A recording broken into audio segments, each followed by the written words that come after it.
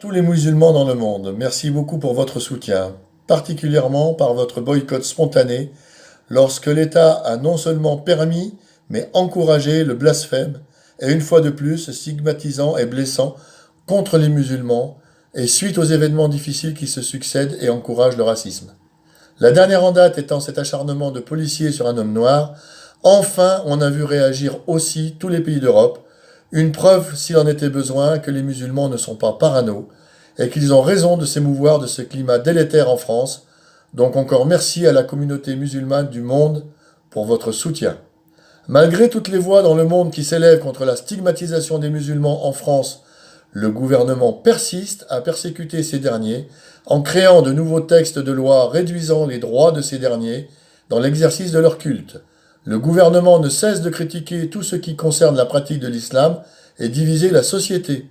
Alors qu'il prétend lutter contre le séparatisme, c'est lui-même qui fait tout pour séparer les minorités qui composent son peuple, les communautés même si elles ne sont pas forcément des minorités. Fermer des mosquées, envoyer des policiers interroger des enfants, dissoudre des associations musulmanes. On assiste à un retour de l'Inquisition, dirigée cette fois-ci contre les musulmans, de France ou en France, c'est une bonne question. Exemple, nos politiques débattent sur l'habit de la femme musulmane, sur le bien fondé de la mixité dans les piscines, etc., etc. Mais ils n'ont aucun problème avec le mariage gay. Ce n'est donc pas une religion, alors on ne doit pas blasphémer sur les gays. En fait, ils se moquent que les gens soient dans la merde. D'ailleurs, ils font tout pour que tout le monde y soit davantage, à l'image du coq français. Il n'y a jamais eu autant de pauvres et de gens à la rue dans ce pays. À quand des réformes pour progresser et non pas pour régresser?